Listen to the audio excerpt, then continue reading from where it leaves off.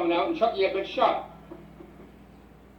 And I was laying in the street when all this damn shooting was going on, and bullets going on past my head, and I said, you know, I'm going to die in the gutter. I've always promised myself I'd never die in the gutter. And I was fortunate. He came out hollering, screaming, he's a young Turk, he's hollering and screaming, you know, Chucky, right? And I'm trying to say, the cop grabs him, puts a gun to his head, and pulls back the hammer. I said, what the fuck you going to do, assassinate him in broad daylight? Is it living color? Do not be intimidated or be threatened. Yes, Sambo, this is America. This is the same America where Columbus got lost, looking for some other place, and wound up here. It's the same one where he and the Spanish enslaved the indigenous native people. This is America.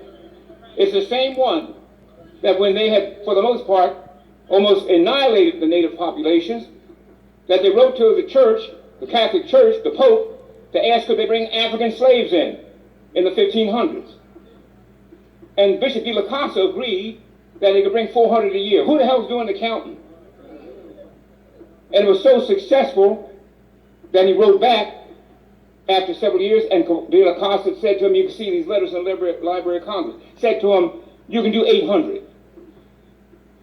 That's how black slavery emerged here in this continent before the slave trade, the Atlantic slave trade. Yeah, this is America. This is the one where in 1619, 20 Africans were dropped off in Jamestown because the colony became the United States. It's the same one which had the laws of the 1600s which created the slave codes, making slavery permanent. It's the same one in 1705 in Virginia and South Carolina, which meant that blacks could never get away from their freedom, but the slave codes. And for 200 years we had black African chattel slavery. The story that must be told. The story that must be told. I started a petition to ask the government to declare racism as a national public health crisis, as a pandemic. The government has